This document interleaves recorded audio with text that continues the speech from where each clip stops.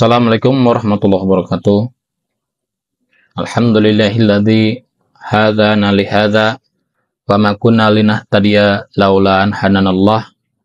Laqad ja'at rasulullah rabbina bil haqq wa nudzu an talakumul jannah uristumuha bima kuntum ta'malun. Amma ba'd. Alhamdulillah, segala puji hanya milik Allah, Rabb semesta alam, yang memberikan kita nikmat iman, nikmat Islam, nikmat sehat, serta segala nikmat yang mudah-mudahan dengan nikmat itu kita bisa menjadi insan yang bertakwa.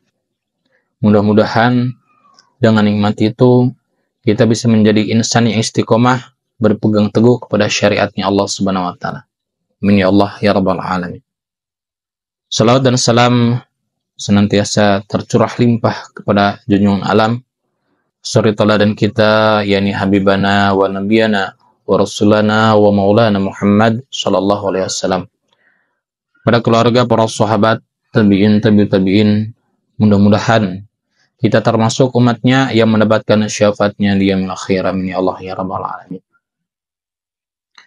Para pemirsa yang dirahmati Allah, Ramadan adalah bulan di mana Al-Quran diturunkan. Ramadan juga disebut sebagai Syahrul Quran. Ramadan adalah bulan diturunkannya Al-Quran. Di bulan ini Al-Quran terasa begitu dekat dengan kehidupan kaum muslim, di mana kita bisa menyaksikan hampir di setiap masjid ataupun sholat terdapat orang-orang yang melaksanakan tadarus Al-Quran ataupun mengkaji Al-Quran, belajar tahsin Al-Quran, tahfiz Al-Quran, ataupun kajian-kajian seputar Al-Quran. Namun, ada satu kenyataan yang luput dari perhatian kaum muslim, dari kesadaran kaum muslim, yaitu di manakah letak atau posisi Al-Quran dengan kekuasaan negara. Mengingat selama ini yang terasa ditonjolkan dari Al-Quran adalah aspek spiritualnya saja. Padahal Al-Quran juga memiliki aspek politik, yaitu nahiyah siyasiyah. Sebagaimana dinyatakan oleh Syekh Qutb dalam kitabnya, yaitu Fi Zihal Al-Quran. Jika kita meneliti nas Al-Quran dan hadis, maka kita akan menemukan banyak nas yang mensyaratkan bahwa Al-Quran dan kekuasaan tidak bisa dipisahkan. Contoh misalnya Allah Subhanahu wa taala berfirman dalam Quran surat Al-Imran ayat 102, A'udzu billahi minasyaitonir rajim wa'tasimu bihablillahi jami'an wa la tafarraqu. Yang artinya, dan berpegang teguhlah pada tali Allah dalam keadaan berjamaah, dan janganlah kalian bercerai-berai. Ayat ini memerintahkan orang-orang yang beriman agar berpegang teguh pada tali Allah, tali agama Allah, yaitu Islam itu sendiri, dalam keadaan berjamaah, yaitu di bawah satu kepemimpinan seorang imam. Artinya, Al-Quran tidak boleh dipisahkan dari yang namanya kekuasaan. Al-Hafiz Ibnu Katsir menafsirkan ayat ini, beliau mengatakan Allah telah memerintahkan orang-orang yang beriman untuk berjamaah atau bersatu di bawah kepemimpinan seorang imam, dan telah melarang mereka untuk bercerai-berai.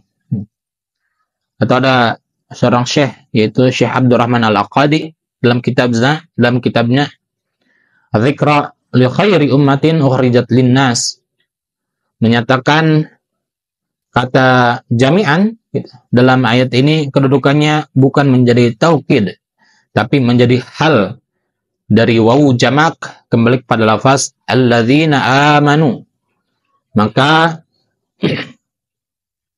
maknanya yaitu berpegang teguhlah kalian kepada tali Allah dalam keadaan berjamaah, bersatu di bawah kepemimpinan seorang imam. Ataupun ayat lain, Allah Subhanahu wa taala berfirman dalam Quran surat Al-Isra ayat 80, A'udzu billahi minasyaitonir rajim. Qul Qul Rabbi adkhilni mudkhala sidqin wa akhrijni mudkhala sidqin waj'al li min ladunka sultanan nasira. Yang artinya, katakanlah, ya Tuhanku, masukkanlah aku ke dalam tempat masuk yang baik, dan keluarkanlah aku dari tempat keluar yang baik, dan jadikanlah aku bagian dari sisimu, dan jadikanlah bagiku dari sisimu kekuasaan yang menolong. Begitu juga hadis Nabi SAW diriwayatkan dari Imam At-Tabrani dalam Mu'jam Al-Kabir, yang artinya, ingatlah sesungguhnya roda Islam senantiasa berputar, maka berputarlah kalian bersama kitab Allah. Kemana saja kitab itu berputar, ingatlah Al-Quran dan kekuasaan akan terpisah. Maka janganlah kalian berpisah dari kitab Allah. Hadis ini mengisyaratkan kepada kita bahwa Al-Quran dan kekuasaan hukum asalnya tidak boleh dipisahkan. Jika terjadi pemisahan, maka berpegang teguhlah kepada Al-Quran, supaya Al-Quran dan kekuasaan kembali menyatu. Suatu ketika Ummu Salamah pernah bertanya kepada para sahabat. Dia bertanya, bagaimana sikap kalian jika ada dua penyeru? Yang pertama menyeru kepada kitab Allah, dan yang kedua menyeru kepada kekuasaan Allah. Para sahabat berkata, kami akan menyambut seruan kepada kitab Allah. Kemudian Ummu Salamah berkata, tidak demikian, melainkan sambutlah orang yang menyeru kepada kekuasaan Allah, karena kitab Allah harus bersama dengan kekuasaan Allah. Tidak bisa dipisahkan antara keduanya. Setelah itu, kita mengetahui nas Al-Quran, hadis, asal sahabat, dan maqalah ulama tentang hubungan erat antara Al-Quran dan kekuasaan. Apakah kita masih ragu bahwa Al-Quran tidak bisa dipisahkan dari kekuasaan? Seharusnya kita meyakini bahwa Al-Quran itu adalah kitab yang diturunkan oleh Allah untuk mengatur semua aspek kehidupan, termasuk aspek kekuasaan. Sehingga tidak layak bagi kita seorang muslim untuk memisahkan kekuasaan dari Al-Quran itu sendiri.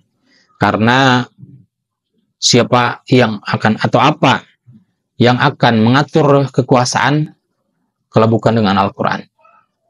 Sehingga kekuasaan dalam Al-Quran harus senantiasa bersatu, tidak boleh dipisahkan. Mungkin itu yang bisa disampaikan, mudah-mudahan bermanfaat, mudah-mudahan menjadi pengingat untuk kita bahwa Al-Quran itu mengatur seluruh aspek kehidupan, termasuk dari segi kekuasaan. Mudah-mudahan kekuasaan Islam yang akan menerapkan Islam segera terwujud, dan mudah-mudahan imam atau khalifah yang akan menerapkan Islam segera tegak. Sekian yang bisa disampaikan. Assalamualaikum warahmatullahi wabarakatuh.